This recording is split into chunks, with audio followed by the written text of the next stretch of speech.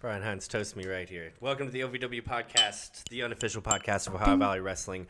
My name is Jackman, Ochs. And I'm Brian Hines. Pleasure to see you again, folks. Today we're getting into all the action from OVW Rise 1283, emanating live originally from historic Davis Arena on March 8th, 2024.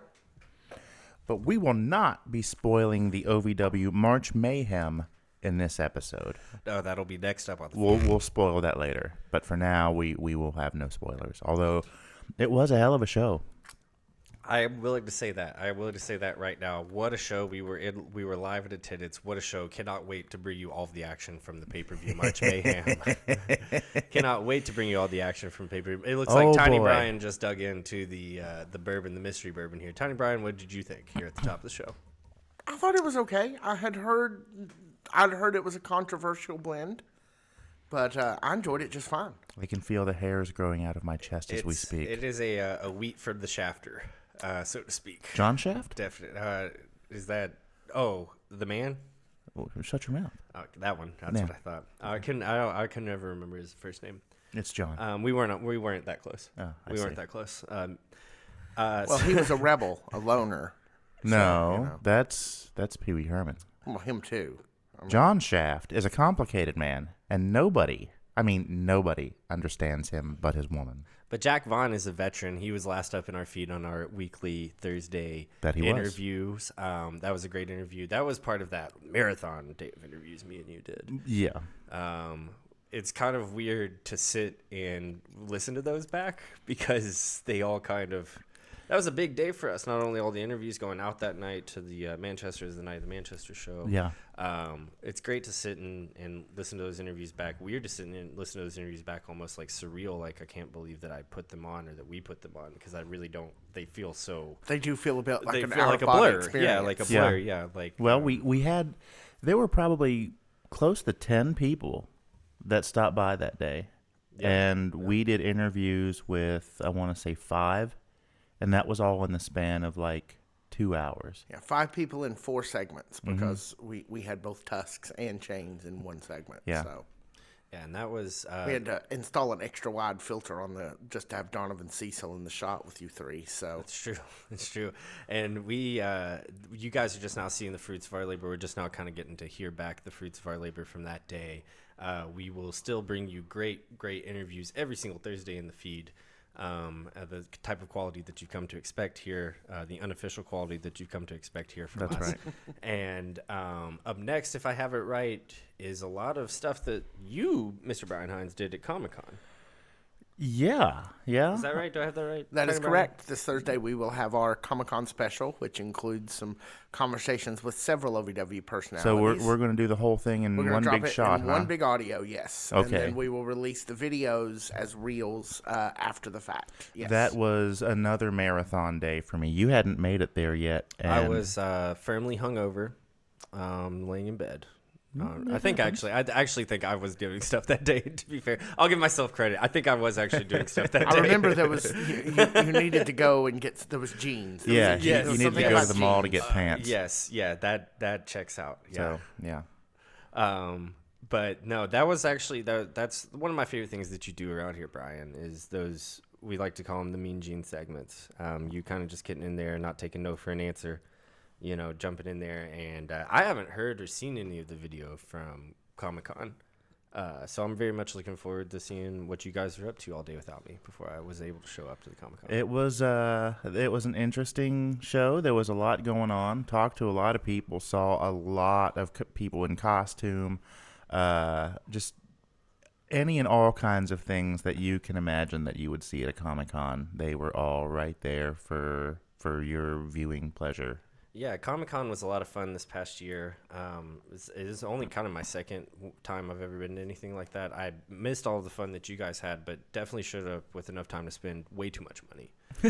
Amen to that. It is a super nerdy swap meet for every kind of nerd imaginable. Yes. And so if nothing else, if you're not into getting like signatures from celebrities or anything like that, there is a whole world of just belt buckles with Green Lantern on them and enamel pins, wrestling belts. Two purses with the cap from Sailor Moon on it. 2 different ones that I'm going to wear myself. You will see them on this feed around my shoulders here.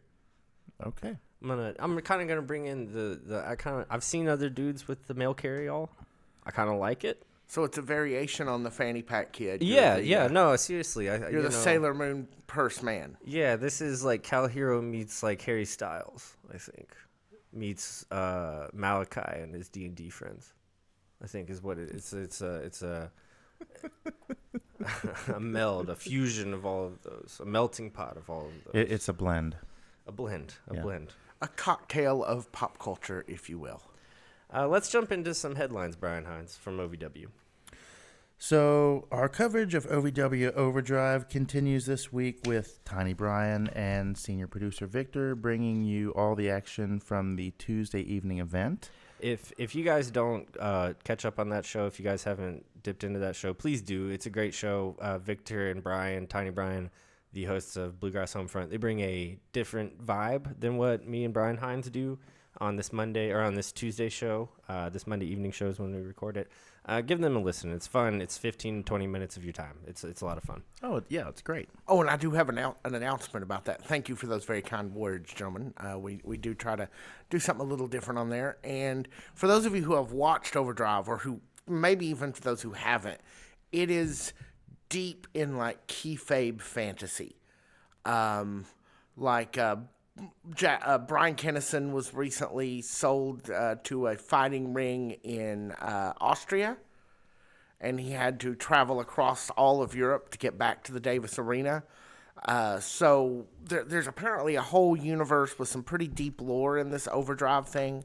So Victor and I are going to have the man behind all of that madness himself, Brian Kennison, jump on and talk to us and kind of give us the lowdown on what Overdrive is all about, and kind of give us a primer so that we're a little better at covering it. Because for us, it's a lot. Overdrive is a lot. Steep learning curve there. It is. So Kennison's going to help us out and by extension help all of you out. So yeah, keep watching for that. That'll probably be during the Overdrive episode, if not this week, because there's a lot going on this week, maybe next week, but very soon Kennison's going to come and kind of help us out with all that. So I'm pretty excited about that. Always good to have Kennison on the feed. Oh yeah, absolutely. Been a big help to us around here. Yeah, I mean, he's no Eric Cornish. He's an all right guy. He's an all right guy, but not a good guy. Yeah, not a good guy. So he is also a good guy. Come on. He's a great guy. Yeah, he is. Come on, just kidding. Yeah, we love Brian Kennison. We love Eric Cornish more. We do have some somber news to get to as well. Yeah, we'll get to that here in just a minute. Yeah, let's run through, let's kind of book in this with the tour dates. Yeah, we'll go ahead and give you guys an updated tour itinerary. In March 30th, they are going to appear in London, Kentucky, which I would love to be at that show, but mostly because that's where my mom and dad went on their honeymoon, and I've always been curious as to what London, Kentucky was like. But I went to 4-H camp there. Oh, how was it? It was some of the best times of my life, in all honesty. Mr. Cynical over here, some of the best times of my life. Oh, all right then. Great little town, pretty little place. April 26th, they will be in Nashville, Tennessee. May 2nd, OVW Double Cross will be live from the Kentucky Derby Festival and on pay-per-view. The Kentucky Derby Festival Run for the Ropes is also... Wait. It's the same night. It's the same night. We don't understand it either. I did kind of want to ask you here while we're running into this issue. What does a split OVW show look like? Because if I have this right, Tyni Bryan, the show from Louisville, Run for the Ropes, will be in the place of weekly television, right? No. The Double Cross will be in the place of weekly television. If you watch OVW on one of the local television stations here in Central Kentucky, Louisville, wherever else it shows on actual terrestrial TV, you will have a normal experience watching OVW. If you watch it on the internet, on YouTube or any of the rest of that, it will not be in its normal live stream. It will be a pay-per-view event at that moment. So wait, what? So if I have, that's my understanding. If I have regular TV, I can watch it for free. Right, like but on the CW here in Lexington, it'll be in its normal time slot. You got to get you one of those $10 antennas we were telling you about. Yeah, I guess. But for everybody else, it will be apparently a pay-per-view caliber event. It will be somewhere in downtown Louisville Thursday before the Derby, I guess. Okay. So I think that I've mentioned this before, that I really want to go to this Nashville show. I think that since we'll be able to see what the Louisville show looks like, hint, hint, guys, I think if we can come up with some money to send me to Nashville, I would love to see, for journalistic purposes, what the non-televised show looks like in Nashville that evening, the same night as the Louisville show. Of course. Allow me to just fart out a couple of $100 bills, and I'll send you on your way. Oh, no. We'll figure it out. Okay. We'll figure it out. So, according to these notes, there is a OVW show in Nashville, Tennessee, and in Lexington, Kentucky at Louisville, Kentucky at Run for the Ropes on April 26th. I'm not sure how that will work, but I'm not sure that Run for the Ropes is an actual show. Okay, it so might be some sort of meet and greet. There is a thing called Run for the Ropes. We don't know what it is. Okay, so that is also a thing that we are somewhat aware about. Yes. Des Plaines, Illinois on May 31st. Longport, Indiana on June 1st, and OVW pay-per-view at Appalachian Wireless Arena in Pikeville, Kentucky in August. We don't have a firm date for that as of yet, because that one got rescheduled. Right? Yes. Yeah, it was originally going to be the week that the Double Cross was going to be. Okay. It would have been around that same time, so they moved because they were going to do the Derby pay-per-view, which is understandable. Sure. Right. So yes, and whenever there's a firm date for that, we'll be sure to get that out to you, dear listener of this podcast. Yes, Pikeville. August will be our 1-year anniversary here at the podcast. That's true. Yeah. August 3rd, in case you're following along at home. Yes, and Pikeville happens to be where senior producer and I are from. We're both Pikeville. We're both from kind of out in the darkness, about 45 minutes away from Pikeville. But that's where the Walmart. That's where you get groceries. That's where we had grocery stores, but that's where we went to Walmart for the big stuff. Right. And if you find yourself in Pikeville, can I say, if you find yourself in Pikeville, that whatever weekend that is, shoot us an Instagram message. Yeah. Just shoot us an Instagram message. It's going down. Yeah, just shoot us an Instagram message. It's going to be a big night. We're excited. Yeah. We'll check you at the door. If you don't pass the test, that's fine. But shoot us an Instagram message. All tickets are available at OVWTIX.com, and we will get into all the action from last Thursday right after this. Hey, folks, Tyni Bryan here with you from Bluegrass Homefront. Listen, we've run into a little bit of a problem. Victor has lost the music. Oh, shit. Like, all the music. Apparently, it was bad. Yeah, it's bad. It sounds like the setup to, a children's movie. When Victor loses all the music, he has to go on a magical adventure to find it. But really, we just have to search his basement because it's just a hard drive with a bunch of music on it. So right now, we are looking for that so we can start reaching out to artists and start booking them in. We have been reaching out to our first people for interviews for the new season. We've got some exciting things, some exciting stories to tell and some people to talk to. So looking and hoping to find some other people besides just me and Victor to do some of that storytelling in season 3. But it is coming soon. Until then, check out all of the episodes, including our interview with several different Kentucky politicians. Hope to do some more of that, and because we all know there's nothing Kentucky people like better than talking about Kentucky. So season 3 of Bluegrass Homefront, we get back to it. Until then, all episodes are available now at bluegrasshomefront.com or wherever you get your podcasts.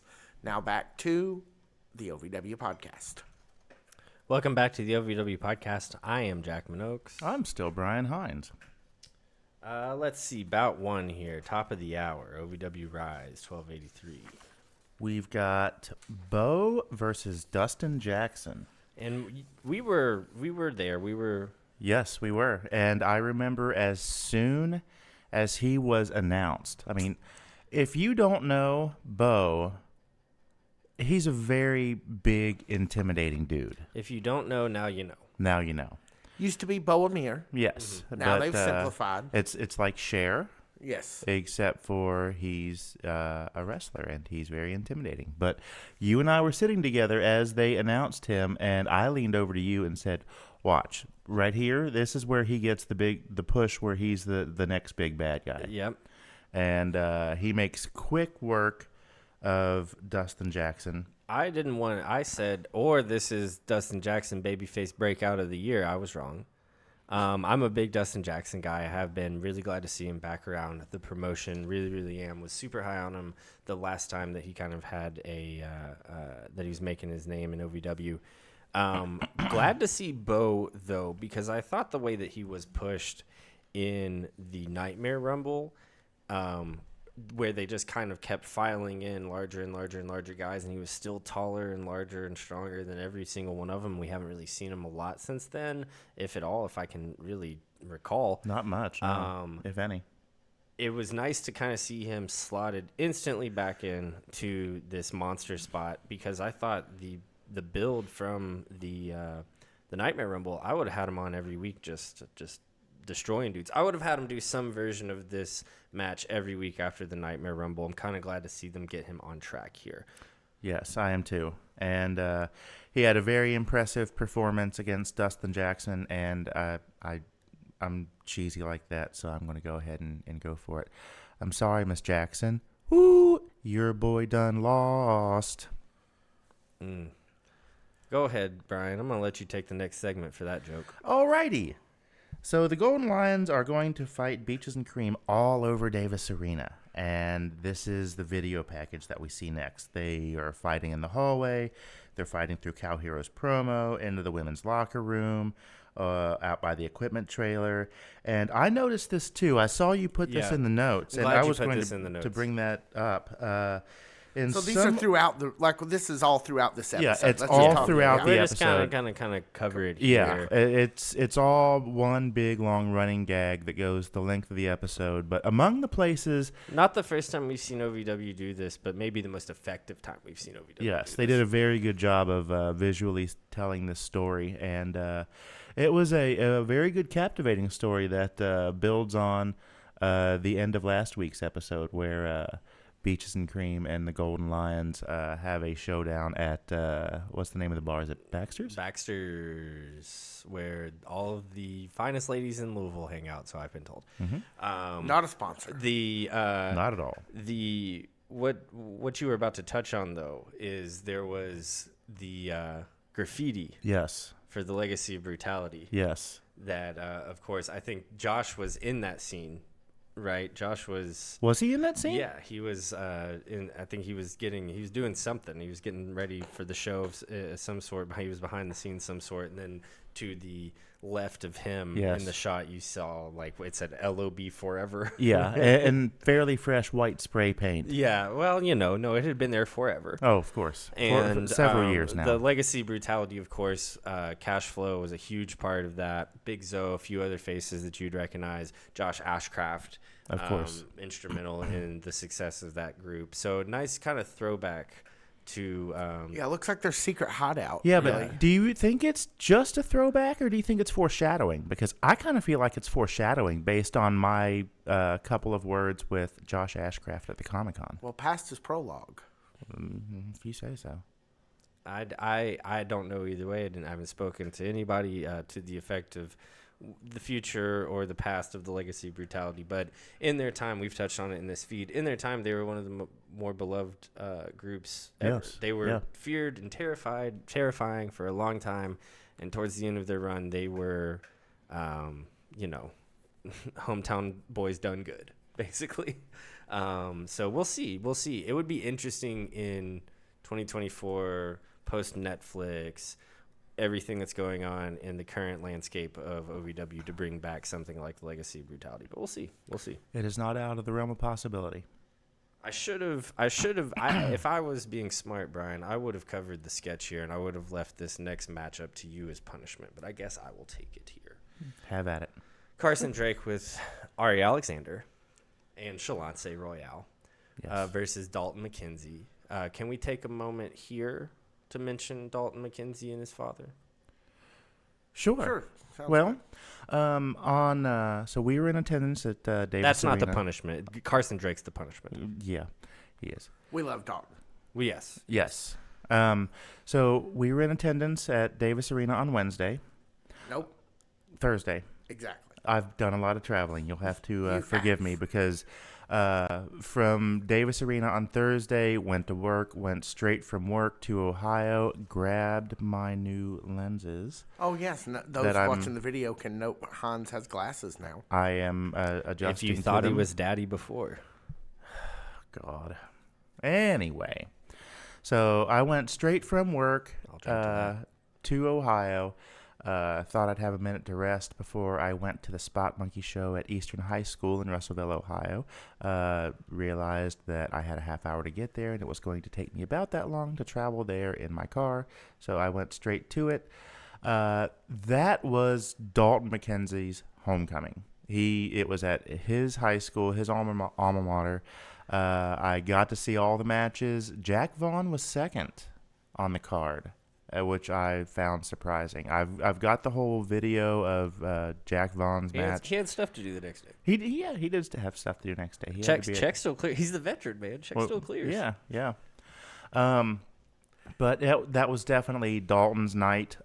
He was the headliner. He came out for the main event looking like $1 million, wearing an Eastern Warriors jersey. Had a fantastic match with Amos. And most of the exciting action happened before the bell even rang. Dalton comes out on top and has the whole place just on their feet screaming. And then during the course of the night, I learned that Dalton's father has some serious health issues. And the whole thing was at least the raffle part of it from Studio 413, where I plan on getting some ink very soon, was not a sponsor, but they do some great work. They gave all the proceeds of the raffle that they sponsored to Dalton and his family in their time of need. So I just want to say, Dalton, got you in my prayers, brother. Love you. And there is a GoFundMe for Dalton's family, his father suffering pancreatic cancer. And we will be linking that GoFundMe in the show notes today. If you guys have a couple extra bucks jingling around in your couch cushions or in your car cup rest, cup holder, and you feel the need to give it to Dalton and his family, I know that he would appreciate it. He's a great guy, a great wrestler. Unfortunately, Carson Drake got the better of him that night. I really love Dalton McKenzie's look. You say he came out in the Eastern Warriors jersey, obviously like very proud of that Cincinnati area upbringing. It's funny to me because he reminds me so much of like a jacked flying Brian Pillman. Yeah, like he does, down to like the Bengals gear and the mullet. Like I don't know what it is about those Cincinnati area wrestlers where it's just like the mullet looks great on him and the singlet looks great on him. But Dalton McKenzie, man, really, really great. Oh, he's a beast. I'm really have been a guy that you would mention. Really glad to see some of these Spot Monkeys guys that I've only heard so much about through you make their way down. Some of these Central and Southern Ohio guys make their way down to OVW. Dalton McKenzie kind of being the latest. Guy is hard not to like. Yeah. Guy is really, really, really hard not to like. I mean, he had this match up until... Right until the end. Yeah, right until the end. And, right until he didn't. Yeah, and that's because, Carson Drake, being Carson Drake, is going to find a way to win through nefarious, underhanded means. I'm pretty sure he took Carson's money and then proceeded to beat him up. He did. Yeah. That was in a variance on the thing. That is very much a Dalton McKenzie thing to do. Miss Ari Alexander, I will not be referring to her as Guitari. She threw Carson the pearl necklace. Carson uses it to his advantage, knocks out Dalton McKenzie 1, 2, 3. Not the most famous wrestling weapon in the world. No comment. There are very few times. Never mind. I'm just going to leave it. Pearls are a little expensive to be using in a fight. Sure. You would think. Yeah. Probably not real pearls. Probably not made by oysters. Well, because they were big. I got a good look. It was a really big pearl necklace. Ari deserves real pearls. Carson's a hack and wouldn't buy her for her. Before we move on, Brian, were there any other people at the Spot Monkey show who OVW fans would recognize besides those two? Present tense? No. However, I think at some point, sooner or later, we're going to be talking about Justin Xavier.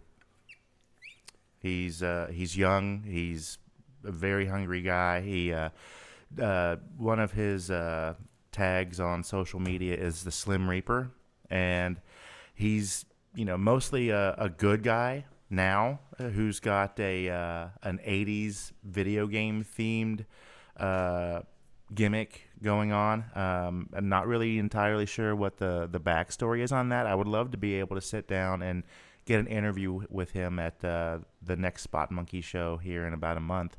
But at some point, I think that we're going to see him down here challenging for the Rush title. Yeah, I mean, you've made a pretty good history so far. A pretty good reputation for calling some of these Spot Monkeys guys shot at OVW. So we'll see. Only time will tell. Oh yeah, I've seen him for 3 or 4 years now around Southern Ohio, and when I first saw him, he was good, but he was just so super green and nervous. And flash forward 3 or 4 years later, and the guy's got confidence. Skill level has increased exponentially, and ring performance and entertainment value is right up there with the best of them. So here's hoping that everybody else gets a chance to see what I see. And what was his name? Because we know OVW listens to every single word of this. What was his name again? Justin Xavier. Yeah, we know how much they love our suggestions on what they should do and what they shouldn't do. Of course.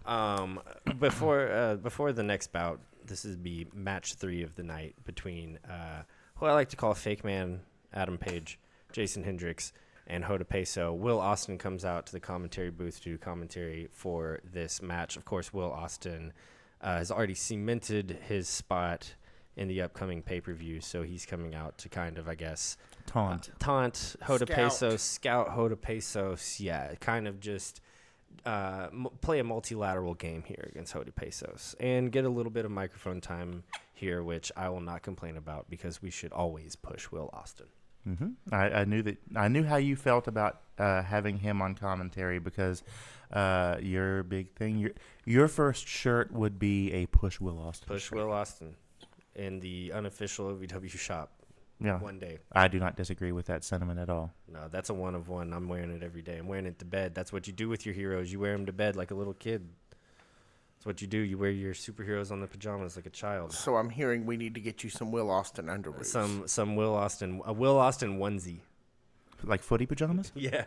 Nice. Just get a full body shot and just put it on the. And it says push Will Austin instead of push Will Austin. I would like to note for the record, I don't remember if this was here or the pay-per-view. It doesn't matter. There was a moment where the crowd decided to chant, "Will you suck?" And they got it out about 3 times, and then everybody realized it was basically a double entendre, and everybody looked embarrassed, and it was just one of my favorite things that's ever happened in a live event in my whole life. So the boys' Sweet 16 game is in Lexington this week. Do you ever go to those? Would you ever go to like a big game where they have like the chant leaders in front of the crowds? Technically, we call those cheerleaders. No. This is different than the cheerleaders. This is like a student that would be leading the chants for the. The one that's big and loud. Yeah, I've done that job. I think most of the time the chants in Davis Arena spot on. Sometimes a little off. Every once in a while, I think we need to tweak those. Bring in a guy like that, really kind of refine some of these ideas of some of these chants that we try to get going in the Davis Arena. I think then they're going to be gold every single time. But some of them are questionable. I'm just going to be honest, dear Davis Arena participants in the chants. Some of the chants are not all there. We need to take them back to the drawing board sometimes. And Will You Suck is a great example of that. Hoda Peso, of course, ahead of the pay-per-view, no question about it, takes home the victory over Jason Hendricks here. Yeah, this was just a formality match, really. Yeah, a great excuse to see Hoda in action, a great excuse to get Will out there in commentary, a great excuse to have them stare each other down before the pay-per-view match. Perfectly done. Did everything it needed to do. It didn't need to be spectacular. Did everything it needed to do, though. No, it was perfect. This next match between Shane Mercer and Maximo Suave, my close personal best friend, Maximo Suave, we actually ran into him in the parking lot of the Davis Arena. We sure did. Always a pleasure. Always a pleasure. Always has. It's just like he's such a funny guy, and has such a great mind for wrestling, and is so honest. And he told us ahead of this match, I found out tonight I'm wrestling Shane for the first time. He's going to throw me around. He said, do you guys need to talk about it? I said, why? No, he's just going to throw me around. Did I have that about right? Is that about what Maximo said? And then he asked us whether we'd ever seen his workout videos. And we were like, no.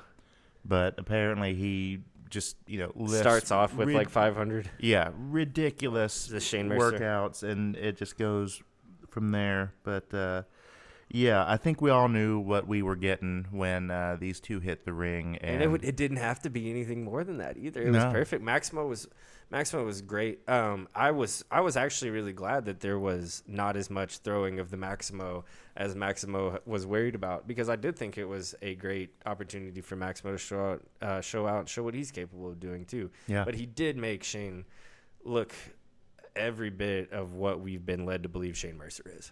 Oh, I fully believe he's all that and then some. Yeah, and this is ahead again. This is the go home show, so usually on an OVW pay-per-view cycle, this show it can be a little slower in pace. Yeah. It can be a little more predictable.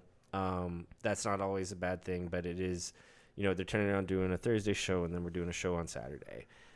So sometimes these matches are a little more straightforward than they need to be, but that's not necessarily a bad thing ahead of a pay-per-view. Shane Mercer looked like a killer, and that's what he needed to do heading into the pay-per-view against the much bigger Big Zo to conclude their best of 7. Yes. Great match, man. Shane Mercer, everybody's favorite shiny new toy at Davis Arena. I love him, man. He's hard not to like. He's so physically impressive. Yeah, just in general, but the moonsault and battery, no one should be that able is to outstanding. do that. Yeah, how is that even possible? Like, given the laws of physics and stuff, it doesn't seem like anybody should be able to do that. But here we are, week after week, just wow. And Shane Mercer, he's just built like this fucking bulldog, man. He's insane. It's the feats of strength he can do, the athleticism that he has. He is just something. He's something you can't teach. I'm glad that he decided to start wrestling and not like trying to kung fu fight people, because none of us would stand a chance. I'm glad that he decided to come entertain us, because he is just a physical specimen all the way around. Yes. Incredible guy. Our one main event, non-title match between Jay De Niro, of course, accompanied by Tony Evans, this time flip-flopped. Right. And media champion, country boy media champion, Cal Hero. I think the third, maybe fourth time we've seen Jay De Niro compete, if you count the Nightmare Rumble. In OVW? Yes, in OVW, as Jay De Niro. Yeah. Not a whole lot of times. About a handful or so. It's so few times that it's worth noting. Yes. Right?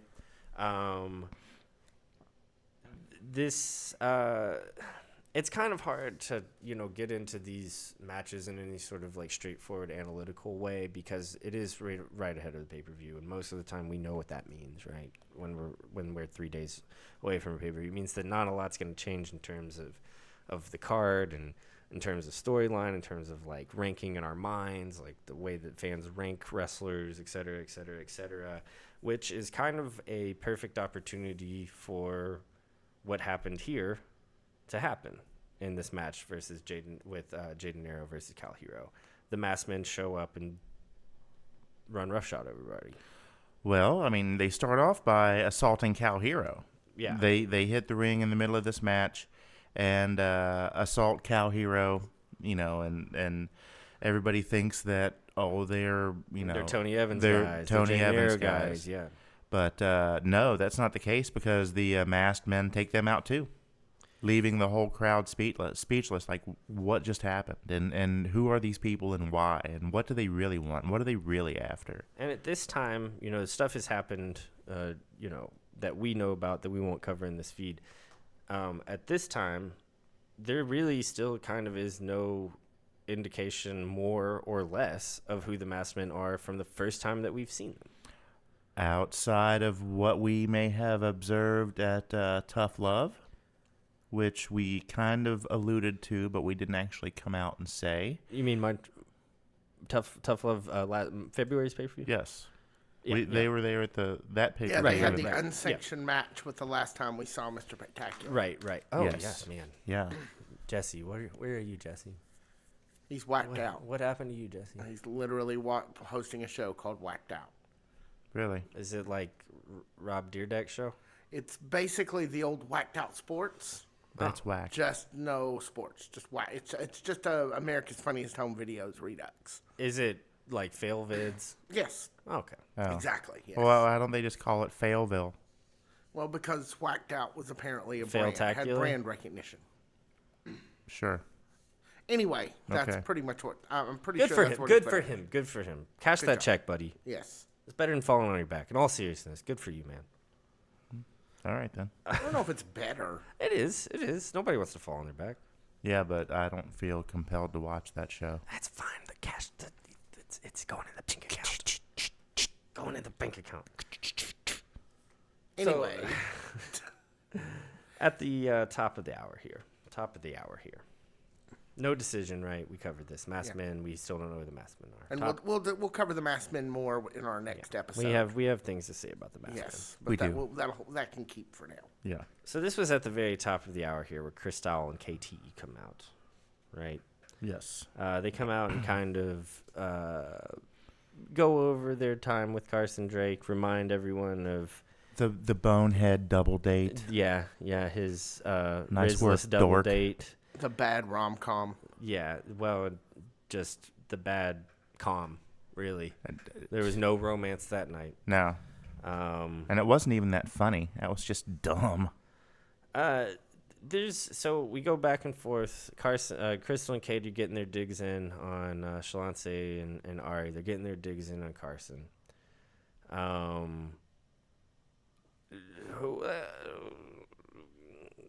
There's a big thing that happens in the middle of this segment here.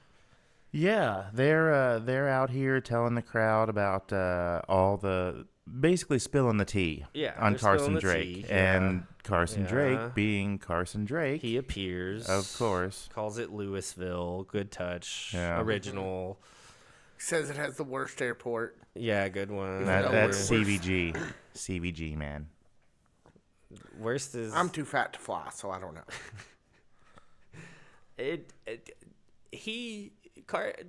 there's a point in this where Carson Drake pushes Crystal like he had been planning on it, Yeah, and all the way across the ring. and there was an audible gasp. Good on Crystal for really kind of like Iron Man in the past few weeks between the guitar shot and this massive, really guys, massive push from Carson Drake here, really just like power manning through this. There was an audible gasp throughout the entire arena. It was a gasp, like a balloon popped, and then silence after Crystal hit the ground from Carson Drake's push. Yeah. And then I think to get the crowd back in it, thankfully to get the crowd back in it and to kind of get the segment back on. Katie gives Katie- Carson a bit of the old "that's my purse, I don't know you" from the it Bobby was- Hill playbook. It And- couldn't have come quick. Her punching Carson in the nuts couldn't have come quick enough to kind of get the arena and get the viewer back on. And she because did it was very shocking to see.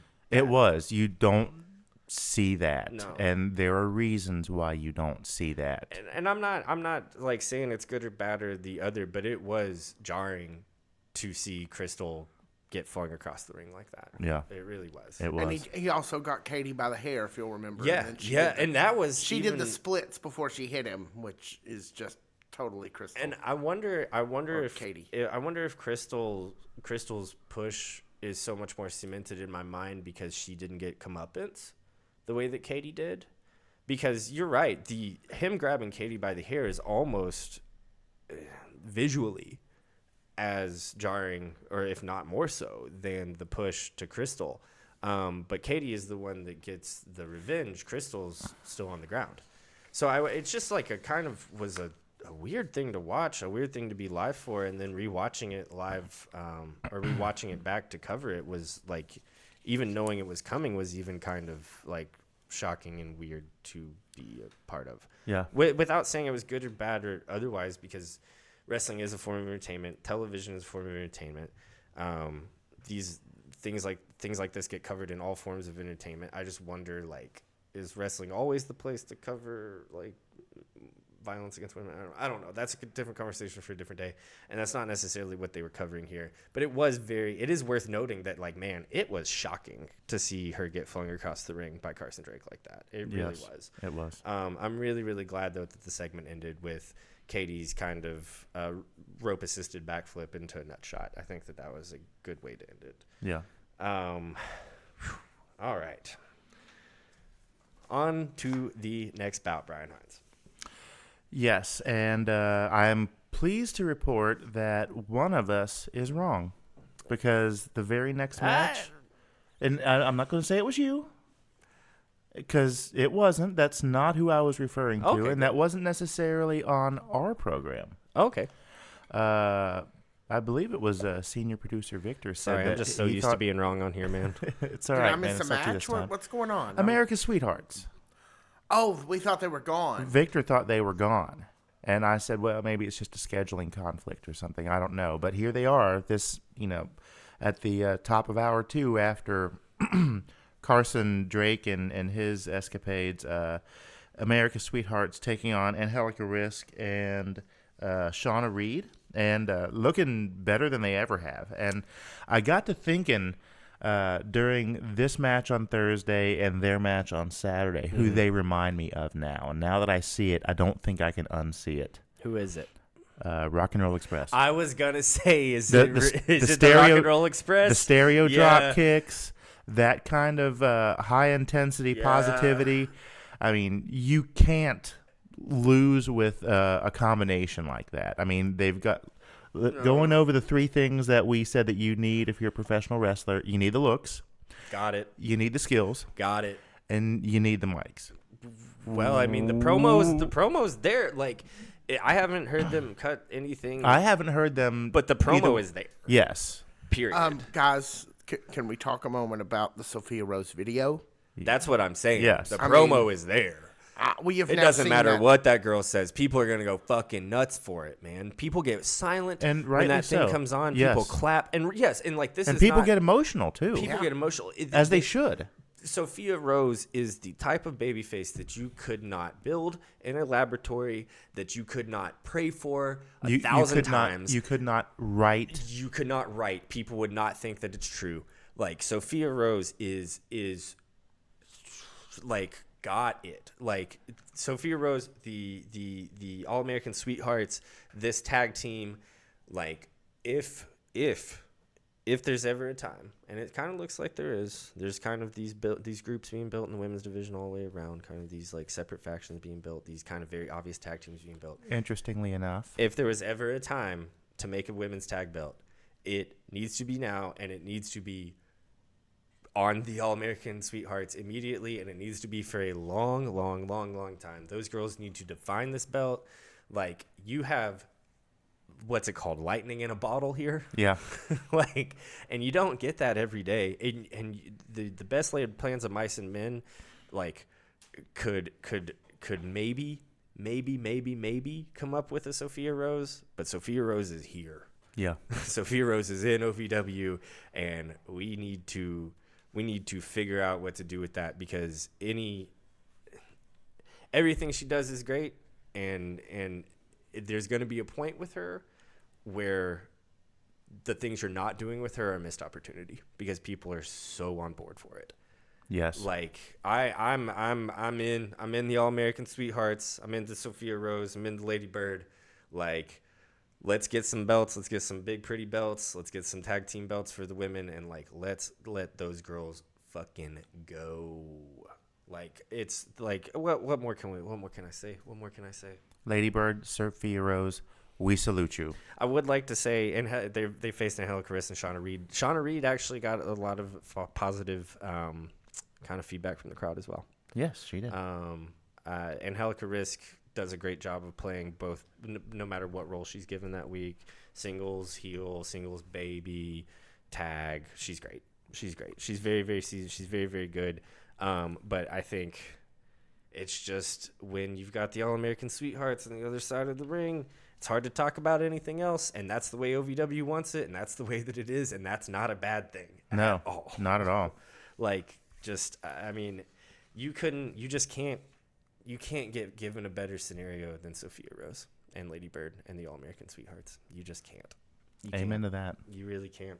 If this was, it is almost like a Disney Channel original movie. Like, it's that perfect and that sweet and that sentimental and that just like schmaltzy and boozy and happy and joyful. Like, it's right there. Sophia Rose and Lady Bird and the All-American Sweethearts are right fucking there. Take them. Push them to the moon. 30 for 30 incoming. Push them to the moon. All right. So after their Okay, let's. We have a show to talk about. After their big win, the Bad Girls Club arrives and they attack them and throw them out. And then they address the room. And there are issues between La Princesa, Tiffany Nieves, and Layla Gray. And those cracks are starting to show. And then Freya and Haley come out and ask for a title match. And Al makes the pay-per-view a fatal four-way between Haley, Freya, Tiffany, and Layla. Which, that's a lot of bang for your buck, kids. It sure is. It sure is. And I'm so looking forward to talking about that and everything else that happened on Saturday at March Mayhem. And I mean, those are your four top girls right now, right? Yeah. Like, if we're having a pay-per-view match, not only does the inclusion of those four get a lot of like your ancillary characters on the outside too, in the form of the Bad Girls Club, Ellie and Hima. I mean, it's a pay-per-view. It's your four top girls. Like, there's no reason for them not to all be on the card together. I do kind of always like one-on-one matches for championships, though. That's just me, though. Sure, but that's not me complaining. That's just a preference. Sometimes people color outside of the lines, and that happened a couple times on Saturday night at the pay-per-view. I can't wait to get into Saturday. Me either.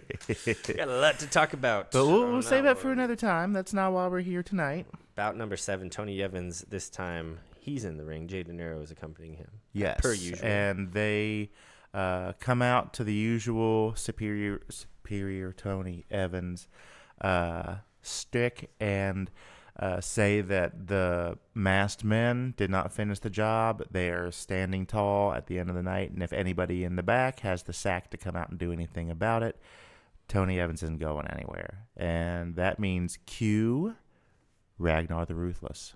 Ragnar the Ruthless, that's such a standout for such a long time on the pre-show. Yes. What is now called Overdrive, right? Yes. Standout for such a long time on there is kind of made his way onto the main roster here and there. Good for you, sir. And but kind of can't seem to pick up a win whenever he's on the main roster. This evening, no, he did not come out on the good end of the 3 count. But what I found more interesting was what they were talking about on commentary with Jay De Niro. What was that? Well, first off, he wasn't wearing his usual ring attire. Right. He's always very formally dressed, very sharply dressed, as one who is known as a mafia enforcer. I thought you were going to say daddy. No, I wasn't planning on saying that, but you did, so there we are.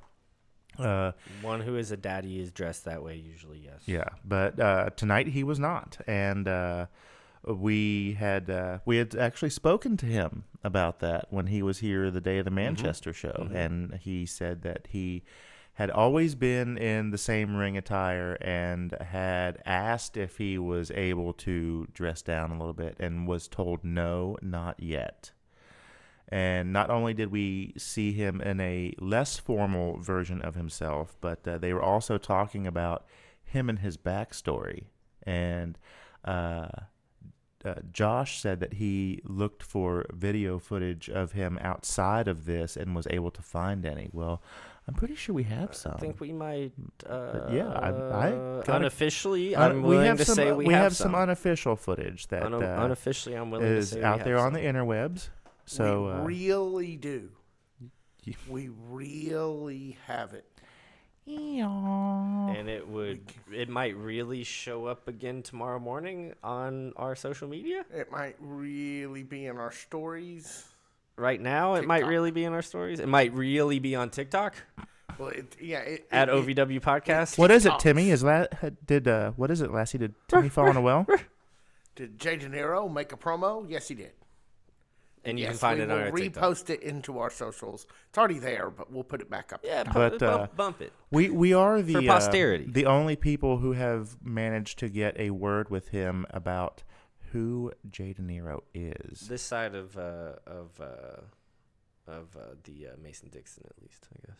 Right? I think he's been around for a long time, man. We talked to him on this feed. We know he has an expensive history. That's true. But this version of Jay De Niro, I think we probably are the first people to crack that egg. He told us we were, so yes. I'm pleased to say that we are the ones who. It was you. It's not even a we. It's a you thing. Well, I wasn't going to take all the credit. No, we were there and we worked together as a team. The Mean Gene thing is you. That's you. Tony Evans takes some victory here against Ragnar. As was kind of expected, although good effort by Ragnar this week. Main event. Ragnar. Let's get some protein shakes for that boy.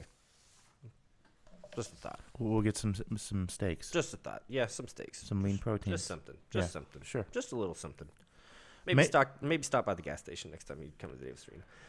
The main event of hour 2. The main event of the night. The main event of hour 2. Features it's good to see the Fallen again. We've seen ZDP every week for probably the past 2 months. Well, and it's hard, man. People love ZDP They in do. the Davis Arena. I saw one of the best things I've seen in the last couple weeks at Davis Arena is there's a little boy who's been comes and dressed like ZDP. He's been ringside and he's had adorable. Just a little sign with red letters that says ZDP. And whenever ZDP comes out, this kid just loses his marbles.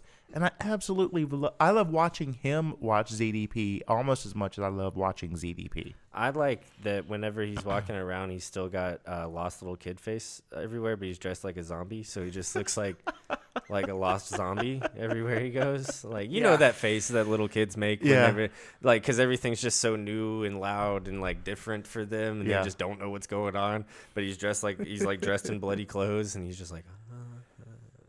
Yeah, that's my favorite part. I stood in line in front of him and his dad on Thursday. He's adorable, man. He's an adorable little kid. Great little family. Definitely. Shout out to them. I think Dad listens, so shout out to you, Dad. Shout out to you, man. Shout out to you. Come by the studio. Please do. Yeah, seriously. Bring mini ZDP. Yes. Lowercase ZDP.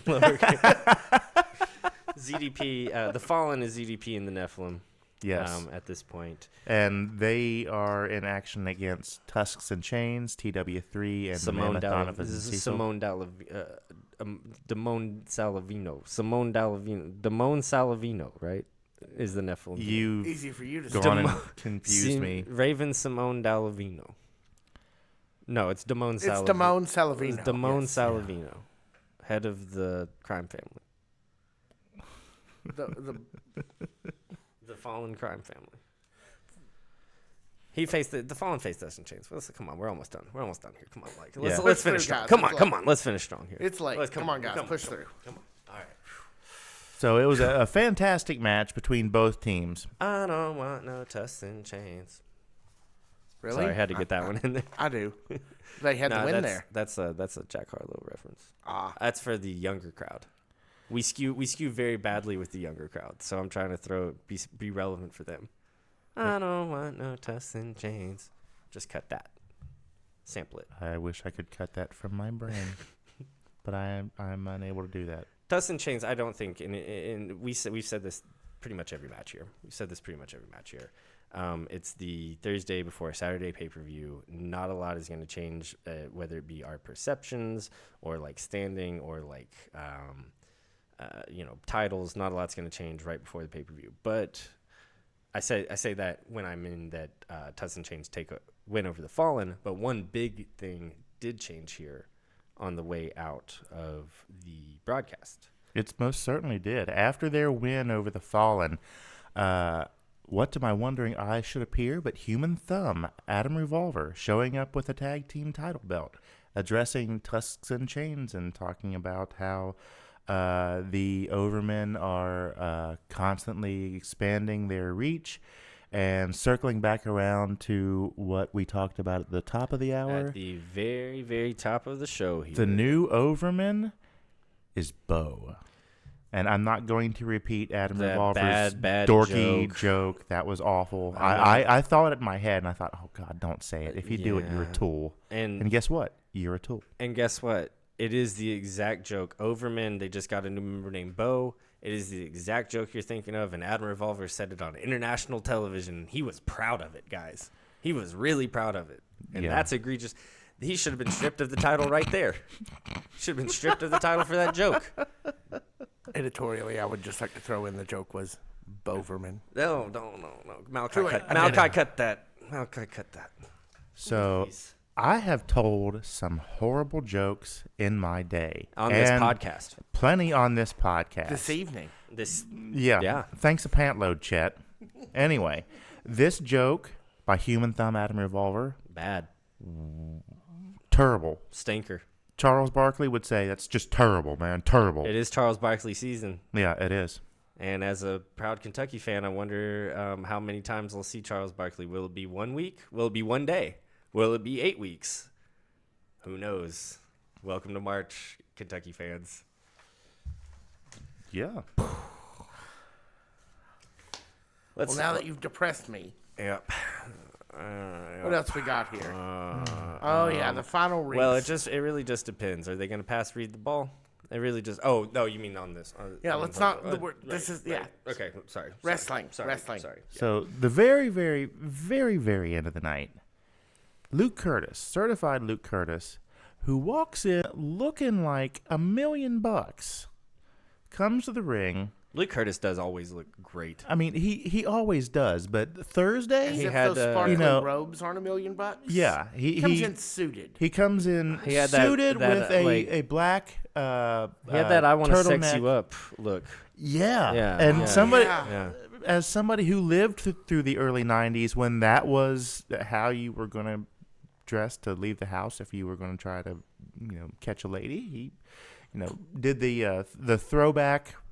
Looked very well. I mean, crushed it as always. Very early rock, really. Yeah. He got the "Color Me Bad, I Want to Sex Color You Me Up" Bad. look. That was. I couldn't think of the name. Yeah, no, definitely. Yeah, he was looking. No. That's all we can do. I'm gonna cut that shit off right now. He was looking. Don't do that. He was looking like 1995 out there, man. He was looking Shit. good. 1992, 91. 91. Hey, I was there. I was 15. I was. A Negative. twinkle in my daddy's eye. You were -7. My dad was dressing like that. My dad had a mullet. My dad's haircut kind of looked like Luke Curtis's haircut back then. And he had a gold chain. Well, they both have better haircuts than EC3 in this promo video because this promo video is whack just like all the rest of them. Yeah, we kind of get to this promo video. Luke Curtis. I love how Luke Curtis rips on him. Luke Curtis comes out. Jack Vaughn comes out. Tony Gunn comes out. They all say, "Where's EC3? Where is EC3? He's on TikTok, as always. Welcome to Doesn't EC3. even know how to rotate his camera. No. Yeah. Which Luke mentions. Yes, that's what I was referring Luke to. Tapped on his cinematography That was skills. Fantastic. It made me very happy. He's right. He's to be totally fair, right to do so. Luke is probably the youngest person in this segment by 10 years. 10 years, 12 years at least. Yeah. So of course he's got it. He's got to be the one to dress like 1992 and comment on TikTok angles. That's what his generation does canonically, I guess.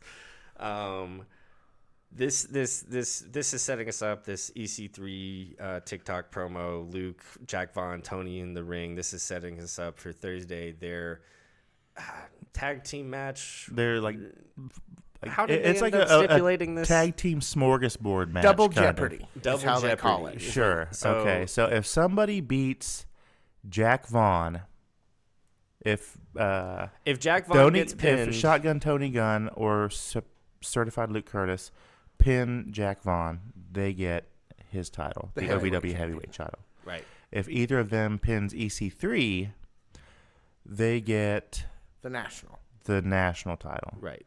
And hopefully, relieve him of feeling like he needs to do any sort of videos for any purpose that we will see at Davis Arena or otherwise, because just no, don't do it. Stop. They can't get an audio editor at your intern in the Overman, the internman. They can't get it. Malachi, you want to be an Overman?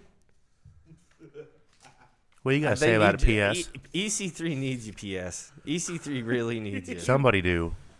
We end the show here the way that we knew that we would, and this is not a complaint because we started off early in the show, seeing the Golden Lions attack Beaches and Cream, give them what for all over the show, all throughout the show. We knew the entire time that it was going to end in the ring, and then when it ended in the ring, was it a disappointment at all? Absolutely not. It was absolutely awesome. not. It was awesome. It was a setup for the barroom brawl. The barroom brawl at the pay-per-view 2 days from now, which was epic. Please look forward to our recap of the pay-per-view. The pay-per-view was so good. We have so much to get into, including that fight, and we'll leave it at that. Tons of great action all throughout that night. Please tune back in with us for our pay-per-view recap, because we're gonna have a lot of fun doing it. We're hoping Vic will sit down with us. We'll have some more whiskey, I'm sure, and we'll get into all of the action from March Mayhem, which was a hell of a show we were in attendance for, and we cannot wait to bring to you guys, as I've said. Amen to that. Do we have anything else to talk about before we close? I would like to say here on the way out, thank you guys, as always. Thank you guys for subscribing. Thank you guys for liking, sharing, talking about us, listening to our shit. There will be Dalton McKenzie's family's GoFundMe in the show notes. If you guys have a couple, we'll also put them on all of our social media. And we'll feeds. put that on all of our social medias. If you guys have a couple of dollars floating around, just try to think of a stranger or someone that you barely know the way that you would want someone or a stranger to think of you if you were going through a hard time. The OVW Podcast, the 10th Annual Carney Award-nominated unofficial podcast of Ohio Valley Wrestling, is produced by Black Lightning Productions at Nut House Studios in Lexington, Kentucky. The OVW Podcast broadcast team is Jackman, Ochs, and Brian Hines. Our studio engineer and editor is Malachi P.S. Woodard. Executive producer is Tyni Brian K. Woodard. Senior producer for The Blimp is Victor Anderson.